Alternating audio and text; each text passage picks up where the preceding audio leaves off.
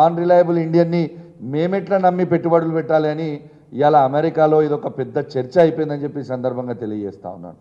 వాస్తవంగా చెప్పాలంటే రేవంత్ రెడ్డి గారు కేవలం షో పుటప్కి పోతా ఉన్నాడు తప్పితే ఆడ ఇన్వెస్ట్మెంట్స్ వచ్చేది లేదు, ఏం లేదు.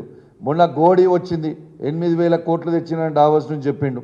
ఇలా గోడీ లేదు, బోడీ లేదు.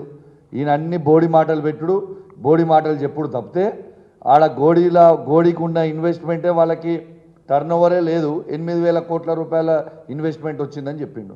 ఇది స్వయంగా మా మాజీ మంత్రివర్యులు కేటీఆర్ గారే చెప్పారు అసెంబ్లీలో. అసలు గోడీ అనే దానికి టర్న్ ఓవరే లేదు, 8,000 కోట్ల ఇన్వెస్ట్మెంట్ వచ్చిందని ఎట్లా వచ్చిందని చెప్పండి అని చెప్పిండు. అంటే రేవంత్ రెడ్డి గారు చేసే పనులేంది, గోడీ వచ్చిందని చెప్పుడు, ఆ అన్ని బోడి మాటలు చెప్పుడు. నంబర్ 1. నంబర్ 2, రెండోది ఇవాళ ఏం చేసిండు, వాళ్ళ తమ్ముడు ఒక కంపెనీ 15 రోజుల ముందు ఫ్లోట్ చేసి ఆయన సంపాదించిన అక్రమ సొమ్ము, మళ్ళా చెప్తున్నా, ఆయన సంపాదించిన 10 నెలల్లో సంపాదించిన అక్రమ సొమ్ముని కన్వర్ట్ చేసుకోవడానికి 15 రోజుల క్రితం ఒక కంపెనీ ఫ్లోట్ చేసి ఇన్వెస్ట్మెంట్లు వచ్చినాయని చెప్తా ఉన్నాడు. ఇవాళ కావాలంటే ఆ బర్రె నీడనే కొనుక్కోవచ్చు.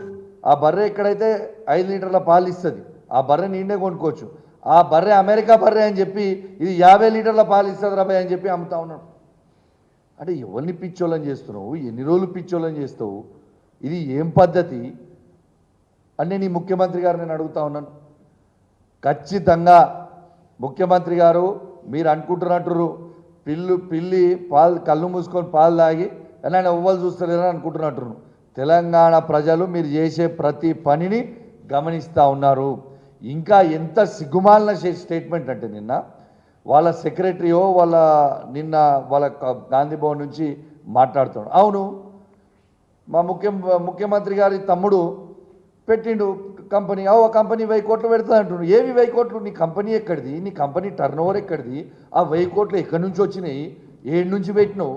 ఇంత సిగ్గుమాలిగా దయచేసి తెలంగాణ ప్రజలందరినీ కూడా గమనించమని కోరుతా ఉన్నాను. అసలు ఆ కంపెనీ ఫ్లోట్ అయిందే 15 రోజులలో.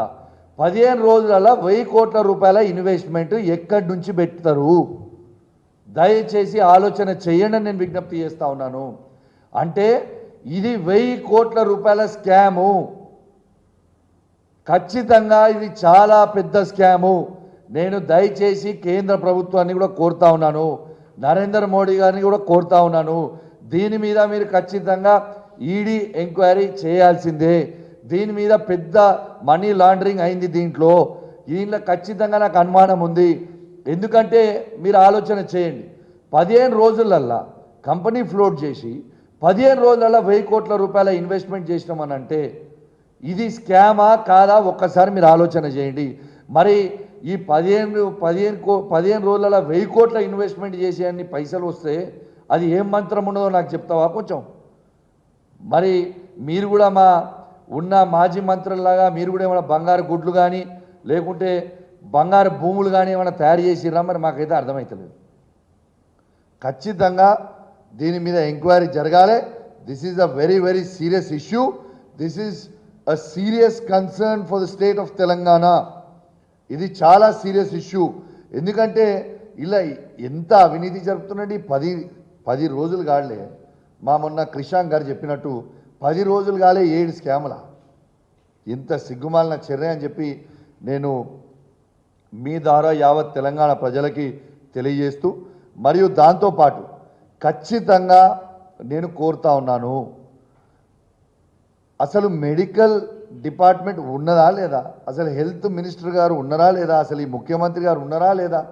అసలు నా హుజరాబాద్ నియోజకవర్గంలో 100 బెడెడ్ హాస్పిటల్ ఉంటుంది, అద్భుతంగా నడుస్తుంది.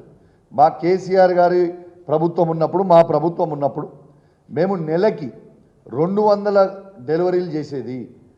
హుజరాబాద్లో 200 ఫ్రీ డెలివరీ చేసి కేసీఆర్ కిట్ ఇచ్చి, ఇలా మగబిడ్డ పుడితే 12,000, ఆడబిడ్డ పుడితే 13,000 ఇచ్చి ఆ తల్లి బిడ్డల్ని ఇద్దరిని క్షేమంగా ఇంటికాడ దింపి వచ్చేది కేసీఆర్ గారి ప్రభుత్వం ఉన్నప్పుడు.